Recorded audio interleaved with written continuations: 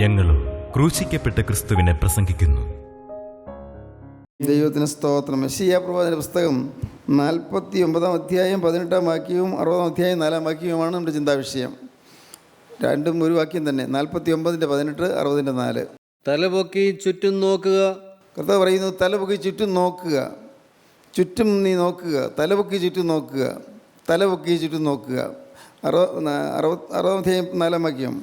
നീ തലപൊക്കി ചുറ്റും നോക്കുക. നീ തലപൊക്കി ചുറ്റും നോക്കുക. ദൈവം കൽപ്പിക്കുന്നു, നീ ഇനിയും തളർന്നിരിക്കേണ്ട ആവശ്യമില്ല. നീ ഇനിയും മ്ലാനവതനായിരിക്കേണ്ട ആവശ്യമില്ല. നീ ഇനിയും ദുഃഖിതനായിരിക്കേണ്ട ആവശ്യമില്ല.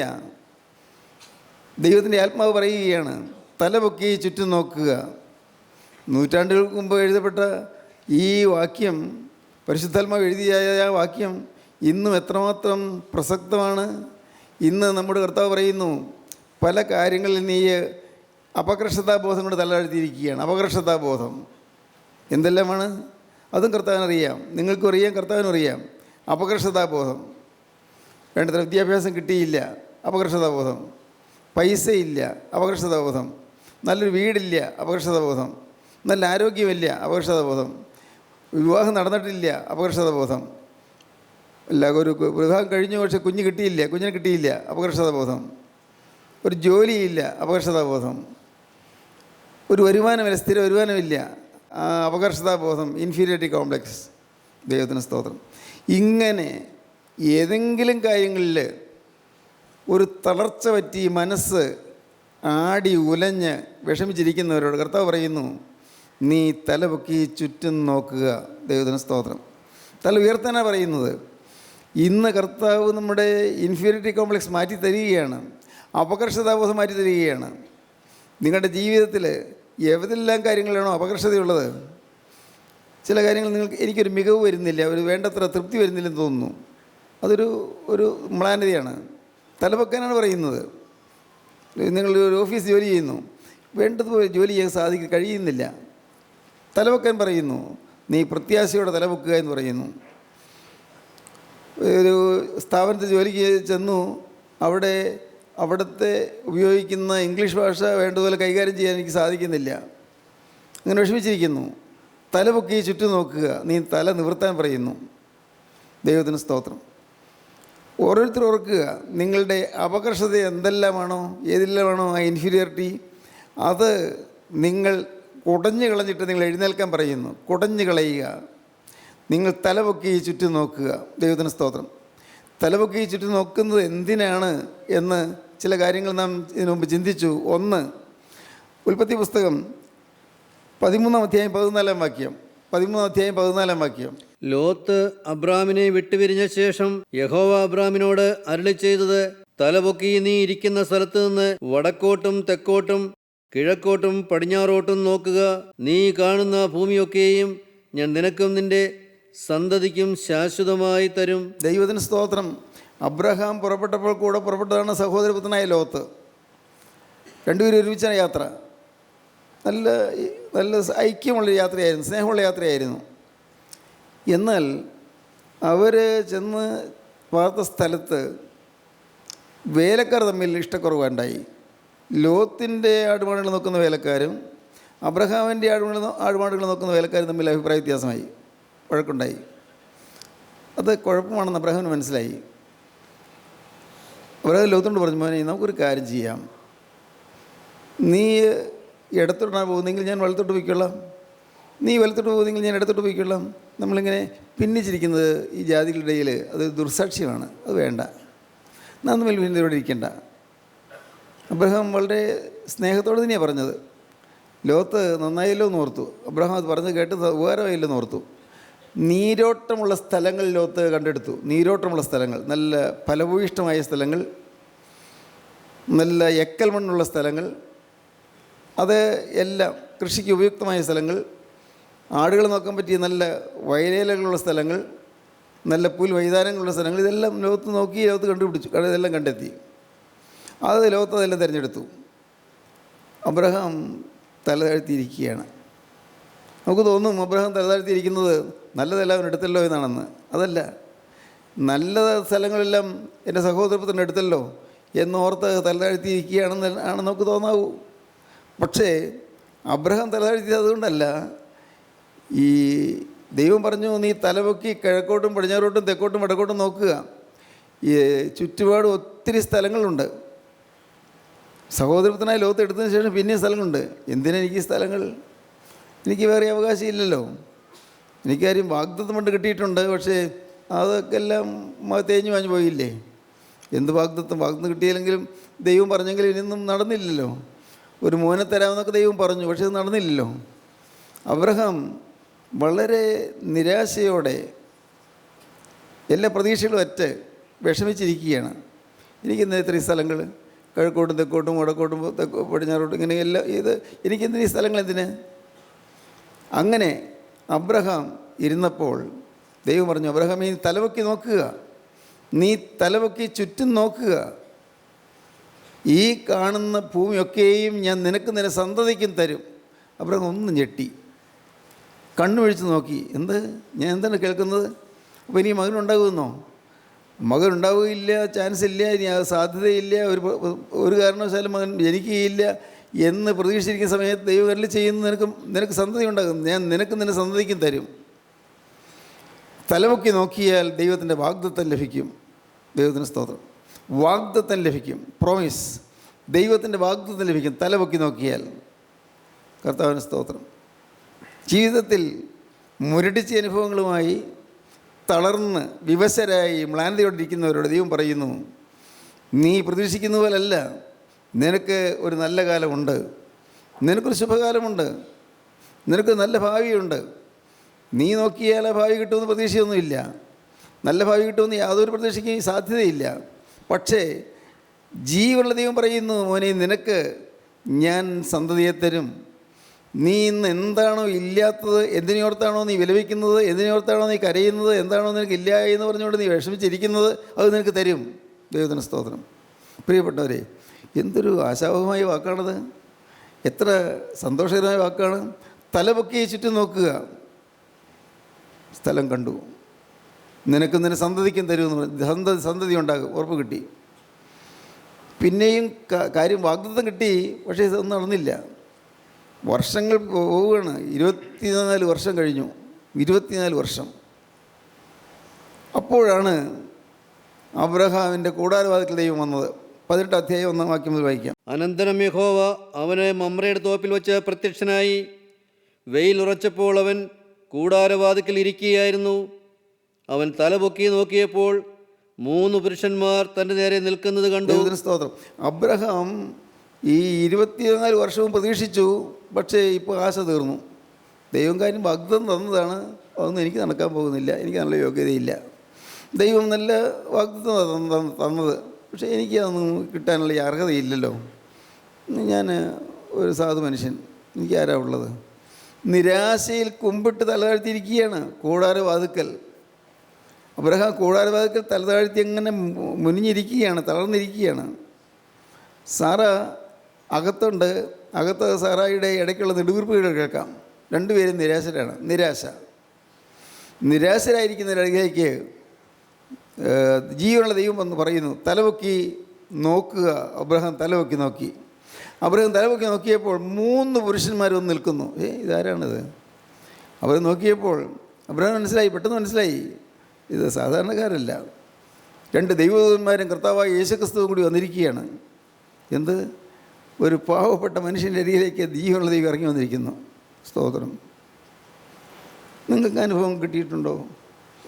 യേശുക്രിസ്തു തൻ്റെ മഹത്വമേറിയ ദൂതന്മാരുമായി നിങ്ങളെ സന്ദർശിക്കുന്ന അനുഭവം നിങ്ങൾക്ക് കിട്ടിയിട്ടുണ്ടോ? നിങ്ങൾ വലയുന്ന സമയങ്ങളിൽ, നിങ്ങളെങ്കിലടിക്കുന്ന സമയങ്ങളിൽ, നിങ്ങൾ വിതുമ്പി കരഞ്ഞുകൊണ്ടിരിക്കുന്ന സമയങ്ങളിൽ യേശുക്രിസ്തുവിൻ്റെ അരികിലേക്ക് വരുന്ന നിങ്ങൾക്ക് തോന്നിയിട്ടുണ്ടോ?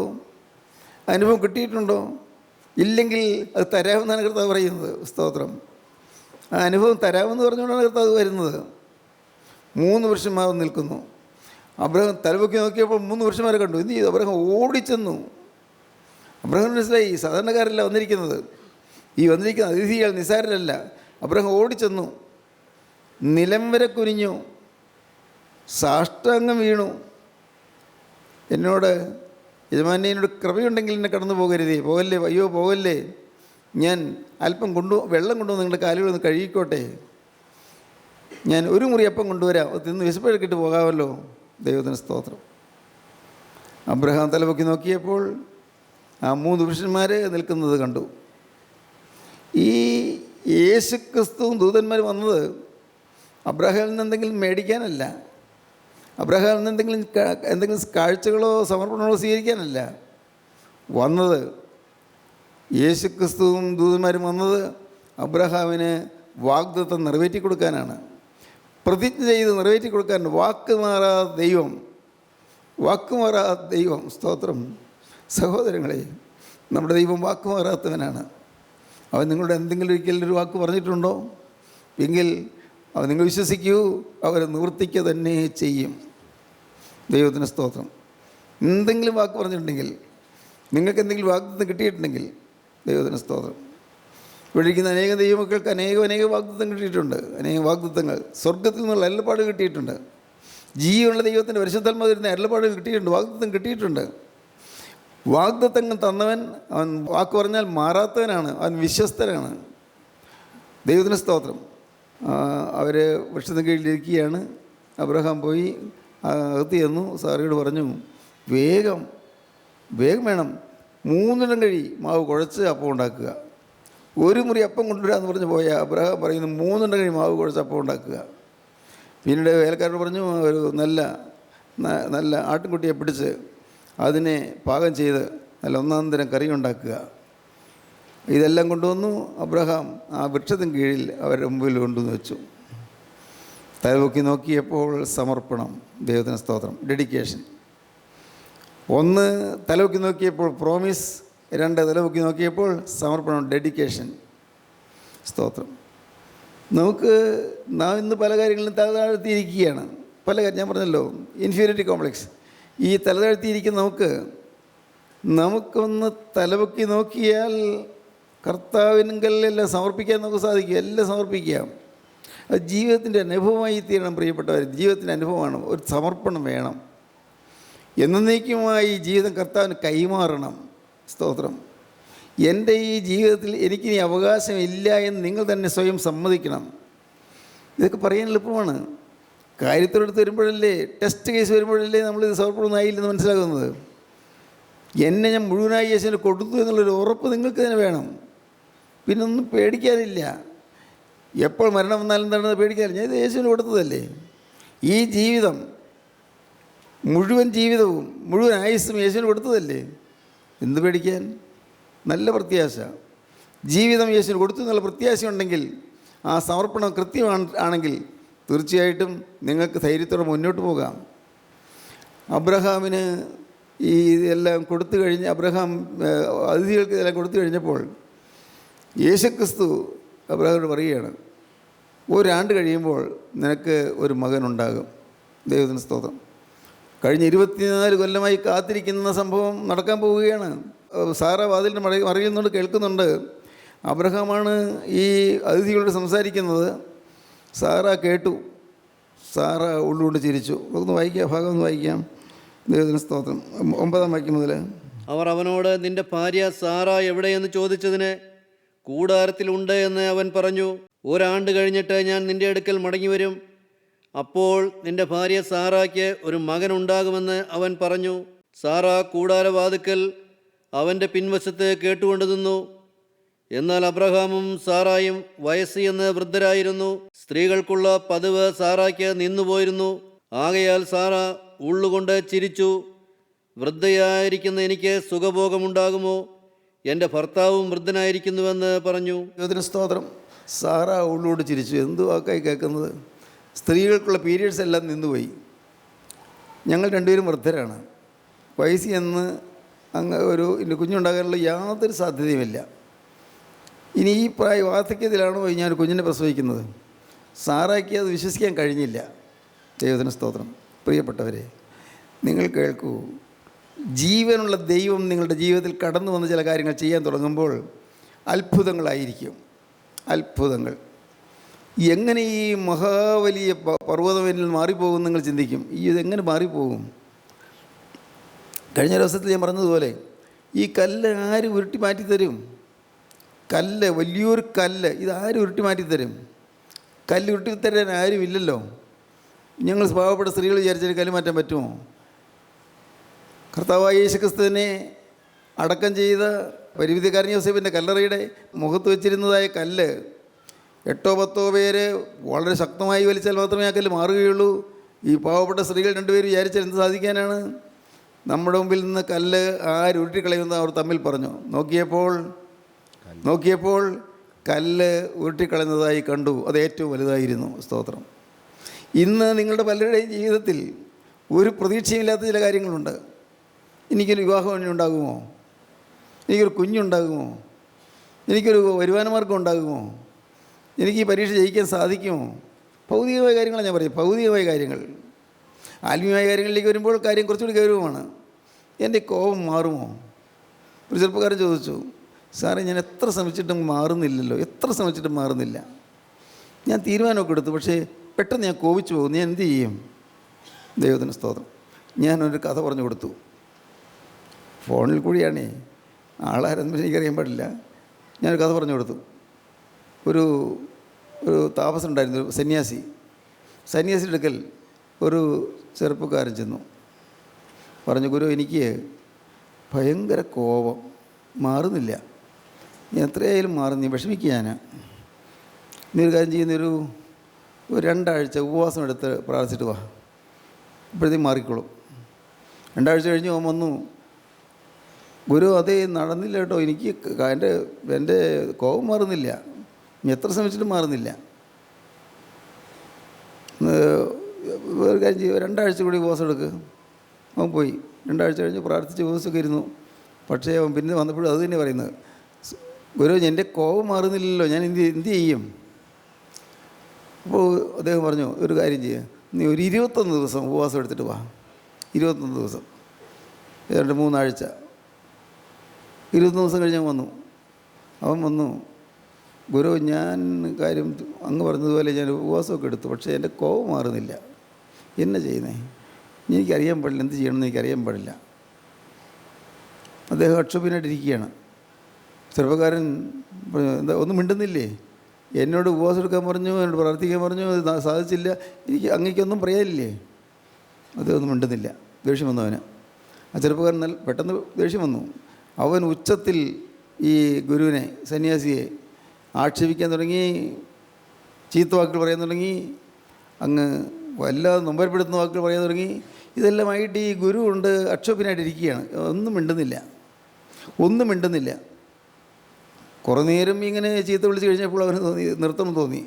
ചോദിച്ചു, ഗുരു, ഞാൻ ഇത്ര നേരം ഇങ്ങനെയൊക്കെ പറഞ്ഞിട്ടും അങ്ങനെയൊരു കോസലില്ലല്ലോ, ഒന്നും മിണ്ടുന്നില്ലല്ലോ.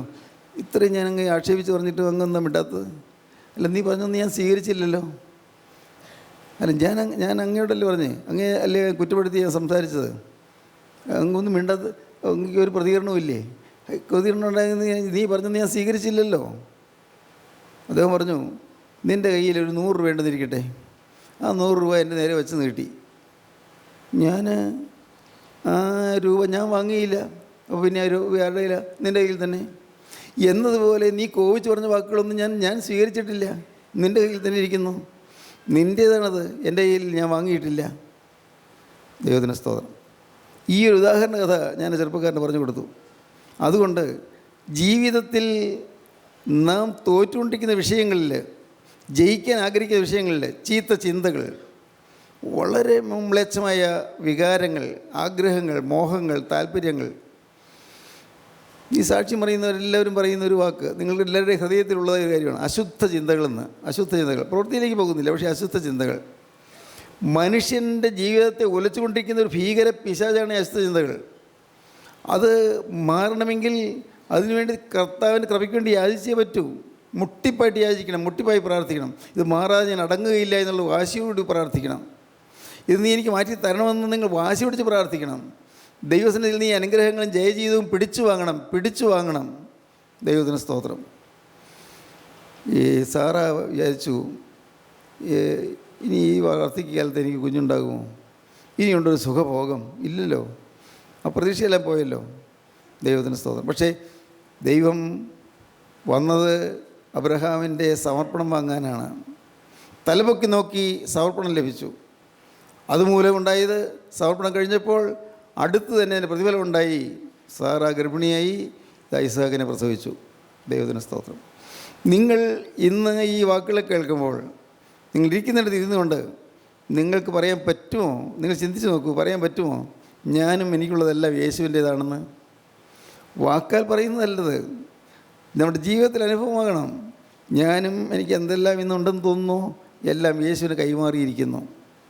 എൻ്റെ കഷ്ടതകൾ, എൻ്റെ ദുരിതങ്ങൾ, എൻ്റെ പണത്തിൻ്റെ ഞെരുക്കങ്ങൾ, എൻ്റെ കടബാധ്യതകൾ, എൻ്റെ രോഗങ്ങൾ, ദൈവമേ എൻ്റെ അത്യാഹിതങ്ങൾ, എൻ്റെ അത്യാപത്തുകൾ, കുടുംബത്തിലെ അലോഹ്യങ്ങൾ, കുടുംബത്തിലെ ഇഷ്ടക്കേടുകൾ, മുഷ്ടിലുകൾ, കുടുംബത്തിൽ പരസ്പരം അകൽച്ച, എല്ലാം ഉള്ള ഒരാളത്വം.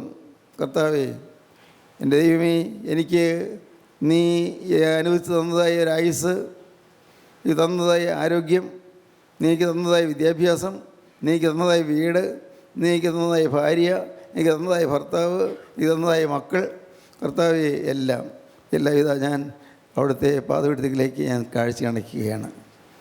സമർപ്പണം. ദൈവത്തിന് സ്തോത്രം. അങ്ങനെയൊന്ന് പറയാൻ സാധിച്ചിട്ടുണ്ടോ നിങ്ങൾക്ക്? എന്തെങ്കിലും ഉള്ളത്തിൽ നിങ്ങൾ പറയാൻ സാധിച്ചിട്ടുണ്ടോ? നിങ്ങൾ ചിന്തിക്കൂ പ്രിയപ്പെട്ടവരെ. അപ്പോൾ കാണാം ഈ പർവ്വതം മാറിപ്പോകുന്നത്, വലിയ വൻ മലകൾ മാറിപ്പോകുന്നത്.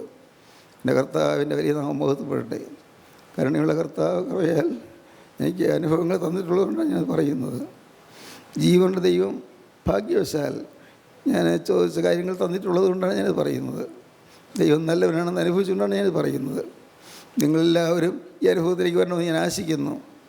തികഞ്ഞവനായിയൊന്നും എനിക്കൊന്നും തോന്നിയിട്ടില്ല കേട്ടോ. എന്നാലും ഭാഗ്യവശാൽ ഈ സമർപ്പണത്തിൻ്റെ വഴിയിലേക്ക് കർത്താവ് എന്നെ കൊണ്ടുവന്നു. ഇന്ന് ഈ വാക്കുകളെ കേൾക്കുന്ന നിങ്ങൾ പലരും സമർപ്പണം എടുത്തവരാണെന്ന് എനിക്കറിയാം. പക്ഷേ ആ സമർപ്പണം അപൂർണമാണ്, പൂർണ്ണമായി സമർപ്പണമായില്ല. ദൈവത്തിന് സ്തോത്രം. മുഴുവനായി യേശുവിന് ഇട്ട് കൊടുക്കുക, മുഴുവനായി. എൻ്റേതില്ല കർത്താവേ, നിൻ്റേത്. സ്തോത്രം. ദൈവത്തിന് സ്തോത്രം. എൻ്റേതില്ല. എൻ്റെ പാപം നിറഞ്ഞ ജീവിതം ഞാൻ നിനക്കിതാ കാഴ്ച കണയ്ക്കുന്നു. അശുദ്ധി നിറഞ്ഞ ജീവിതം ഞാനിതാ കാഴ്ച കണയ്ക്കുന്നു. ദുർവികാരങ്ങളും ദുഷ്ടവിചാരങ്ങളുള്ളതായ ജീവിതം നിനക്ക് കാഴ്ച കണയ്ക്കുന്നു.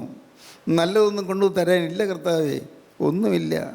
ആകെയുള്ളത് എൻ്റെ ഈ തകർന്ന ജീവിതം മാത്രം, ആകെയുള്ള ദുഃഖഭൂയിഷ്ടമായ ജീവിതം മാത്രം, ആകെയുള്ളത് ക്ലേശം നിറഞ്ഞൊരു ജീവിതം മാത്രം. കർത്താവേ, ഈ ആയുസ് നാഥ നിൻ്റെ പാദപീഠത്തിലേക്ക് ഞാൻ വയ്ക്കുകയാണ്. ദൈവത്തിന് സ്തോത്രം.